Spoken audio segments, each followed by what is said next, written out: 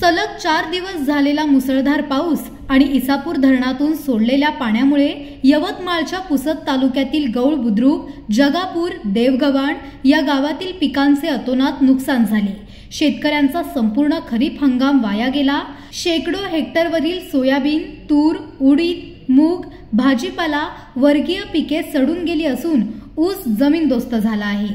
यामुळे शेतकऱ्यांचे मोठे नुकसान झाले असून पैशांची जुळवाजुळव करून हाताच्या फोडाप्रमाणे पिकवलेले पीक मातीमोल झाल्याने शेतकरी खचून गेले आहेत। या नुकसानग्रस्त भागांचे तात्काळ पंचनामे करून शेतकऱ्यांना आर्थिक मदत देण्याची मागणी गौळ बुद्रुक येथील शेतकऱ्यांकडून करण्यात येत आहे।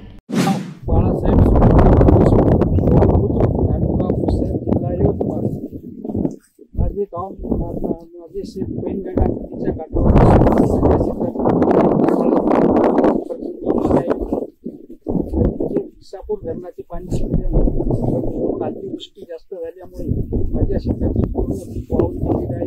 हळद वाळून गेलेली आहे, ऊसाचं पण नुकसान आहे, सोयाबीनचं पण आहे। जास्तीत जास्त सरकारने पंचनामा करून भरपूर मदत द्यावी। एकही अधिकारी आलेला नाही ठेवण्यासाठी पाहण्यासाठी। तरी माझी शासनाला विनंती आहे, तात्काळ पंचनामे करून तेवढी नुकसान भरपाई द्यावी। धन्यवाद। पोस्ट शेंबाळ पिंपरी, तालुका पुसद, जिल्हा यवतमाळ। मी गौळ बुद्रुक येथला रहिवासी असून पैनगंगा नदीच्या काठी माझं पूर्ण जमीन 9 एकर जमीन माझी पूर्ण आहे। गट नंबर 77 माझे 4 एकर ऊस, 4 एकर सोयाबीन आणि एकरभर हळद असं माझं पूर्ण पीक असं नाबूद झालेलं आहे। पूर्ण सोयाबीन कटून गेलेलं आहे।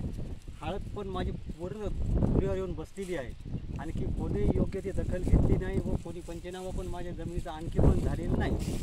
म्हणून बा आता योग्य ती कारवाई करून शेतकऱ्याला आत्महत्येशिवाय दुसरा पर्याय नाही। मी सोसायटीचे पैसे काढून पूर्ण ऊस लावण केली, हळदीचं पण पीक केलं, गरीब योजना करणार होतो। पोळ्याच्या नंतर माझं पूर्णपणे पीक जमीनदोस्त झालेलं आहे। मला आता आत्महत्येशिवाय दुसरा पर्याय नाही।